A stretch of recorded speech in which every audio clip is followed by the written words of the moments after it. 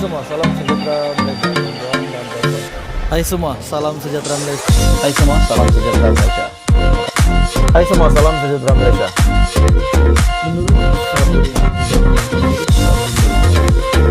Hai semua, salam sejahtera Malaysia. Tuan dan Bapak semua. Hai semua, salam sejahtera Malaysia. Tidak lama lagi, pilihan raya negeri akan diadakan pada tahun ini. Sudah pasti jentera-jentera parti untuk semua parti termasuklah di dalam kerajaan pembangkang untuk bersedia berperang dalam pilihan raya negeri. Dan hari ini satu kenyataan daripada Rafizi Ramli, Timbalan Presiden PKR, di mana Pakatan Harapan boleh menang 45 kerusi di Selangor, gelombang hijau sekadar kocak air dalam cawan menurut Rafizi. Dan kenyataan ini diterbitkan di syabudin.com. Timbalan Presiden PKR Rafizi Ramli menjangkakan Pakatan Harapan mampu menang sekurang-kurangnya 45 kerusi Dewan Undangan Negeri di Selangor sekiranya jentera bekerja keras pada pilihan raya negeri akan datang menurut Rafizi. Melihat ia sebagai sasaran yang realistik, Rafizi berkata, ia kerana faktor pengundi yang disifatkan sebagai celik ekonomi. Rafizi turut menjangkakan bahawa Pakatan Harapan kemungkinan akan hilang 7 hingga 8 kerusi daripada 51 kerusi yang dimenangi pada pilihan raya umum ke-14, yaitu ketika Bersatu juga merupakan sebahagian daripada Pakatan Harapan. Oke, baik tuan-tuan dan puan-puan semua, sebelum saya meneruskan isu hangat hari ini, saya meminta jasa baik Anda semua untuk tekan butang like, share video ini, supaya ramai yang tahu, dan jangan lupa tekan butang subscribe, bantu saya untuk kembangkan channel ini. Menurut Rafizi, Timbalan Presiden PKR, jumlah itu juga bergantung kepada prestasi kerajaan persekutuan sepanjang kira-kira 4 bulan ini dan peralihan pengundi UMNO kepada PH selepas menubuhkan kerajaan persekutuan bersama, dalam kata lain kerajaan perpaduan. Setakat ini kalau kita tengok kepada beberapa kaji selidik yang berasingan menunjukkan bahawa pengundi Pakatan Harapan yang menerima dengan baik gabungan ini. Jadi, hypothetically, sepatutnya untuk mengekalkan 40 kerusi itu agak mudah kerana tanda-tandanya paling menyokong dan menerima realiti kerajaan perpaduan ini adalah penyokong PH, terutamanya penyokong di kawasan bandar dan separuh bandar yang faham tentang keperluan dan dasar yang nak dibuat. Di Selangor, risiko yang kita belum tahu lagi, maksudnya ketidaktentuan beberapa banyak undi UMNO yang boleh dipindahkan kepada PH. Tidak begitu banyak. Berapa banyak pengundi PH itu akan menyokong PH ataupun PHBN. Katanya dalam sidang media selepas berucap di Convention PKR untuk PRN Selangor. Meskipun tugas untuk menjelaskan kepada akar umbi UMNO agak rumit, tetapi ia akan tidak mustahil walaupun memakan masa. Pada masa yang sama, Rafizi yang juga Menteri Ekonomi meminta supaya perwakilan di Selangor tidak bimbang dengan gelombang hijau dari Perikatan Nasional bagi berdepan PRN susulan keputusan pada pilihan raya umum ke-15. Adakah ini bermakna Muhyiddin kalah 45 kerusi? Sekiranya benar apa yang dijangkakan oleh Timbalan Presiden PKR, di mana Rafizi Ramli menjangkakan Pakatan Harapan mampu menang sekurang-kurangnya 45 kerusi Dewan Undangan Negeri di Selangor sekiranya jentera bekerja keras pada PRN akan datang. Dan sudah pasti ini akan menjadi perhatian ramai.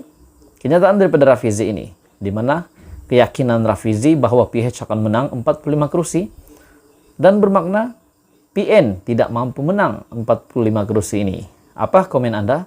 Sila komen di bawah, teruskan bersama di dalam channel ini untuk perkembangan politik yang lain. Halo semua, salam sejahtera Malaysia. Ada satu isu, ada satu ulasan yang sangat menarik saya nak kongsi dengan Anda semua. Di mana seperti yang kita tahu, Najib yang berada di penjara hari ini. Melalui Facebook Najib yang telah dipost oleh admin Facebook Najib Razak. Najib yang dipenjara 12 tahun dan didenda Rm 210 juta, yaitu 5 kali ganda Rm 42 juta, sebab Rm 42 juta dimasukkan ke dalam account bank tanpa pengetahuan dia yang digunakan untuk tujuan sedekah.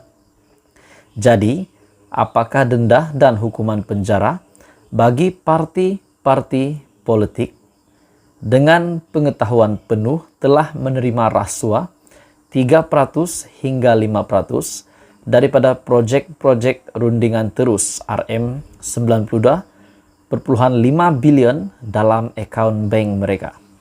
Sudah pasti ini merujuk kepada parti yang menjadi kerajaan. Semasa kes ini telah didedah satu persatu, yaitu Muhyiddin Yassin menjadi Perdana Menteri Kerajaan Perikatan Nasional semasa pimpinan Muhyiddin Yassin.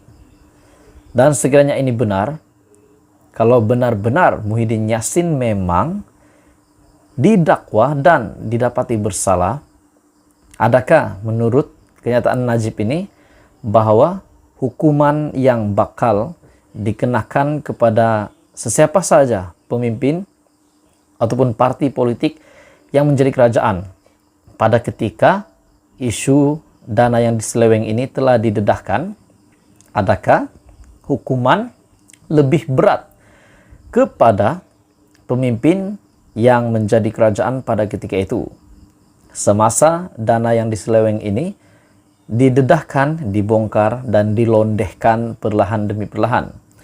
Menurut kenyataan Najib bahwa apakah denda dan hukuman penjara bagi parti-parti politik dengan pengetahuan penuh telah menerima wang rasuah 3% sehingga 5% daripada projek-projek rundingan terus Rm 92,5 bilion dalam akun bank mereka. Oke, baik tuan-tuan dan bapak semua. Sebelum saya meneruskan, saya meminta jasa baik kerjasama Anda semua untuk tekan butang like, subscribe channel ini, supaya Anda tidak terlepas perkembangan politik daripada channel ini, dan jangan lupa share supaya ramai yang tahu tentang ini. Untuk pengetahuan Anda semua, menurut Raja Petra bin Raja Kamarudin melalui entry di Twitternya, ahli parlimen dan pemimpin parti akan ditangkap, akan dipecat yang berkaitan dengan isu yang diseleweng, isu dana yang diseleweng ini. Jadi menurut RPK bahwa ahli parlimen akan dipecat dan pemimpin akan ditangkap, yaitu Bersatu dan Perikatan Nasional yang menjadi kerajaan pada ketika itu.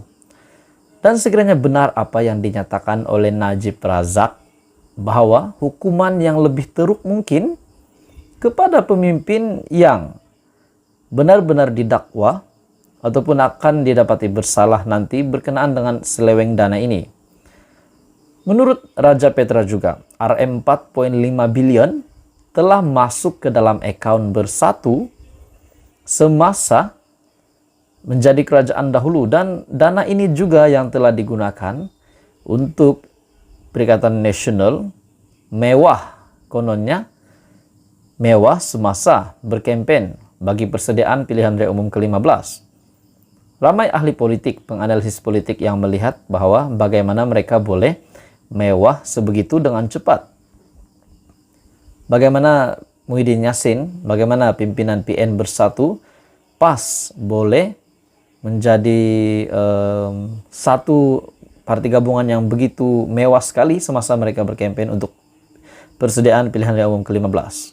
Dikaitkan juga dengan Parlimen Gua Musang yang dikatakan setelah dimenang oleh calon PAS PN, Kuli ataupun calon daripada Barisan Nasional telah membuat satu petition untuk menggagalkan ataupun membatalkan keputusan Parlimen Gua Musang disebabkan terdapat satu kecurangan yang dikesan rasuah oleh PAS PN memberikan merasua ataupun membayar kepada pengundi baru dan juga pengundi luar untuk menyokong Perikatan Nasional ataupun PAS. Jadi pendedahan demi pendedahan, dan ini pasti mengejutkan rakyat. Dan kenyataan Najib melalui Facebook, Najib Razak, apakah denda dan hukuman penjara bagi parti-parti politik dengan pengetahuan penuh telah menerima uang RM 3 hingga 5% daripada proyek-proyek rundingan terus RM 92.5 billion dalam akaun bank mereka. Jadi kita nantikan update terkini berkenaan dengan case ini. Jangan lupa teruskan bersama di dalam channel ini untuk perkembangan politik yang lain.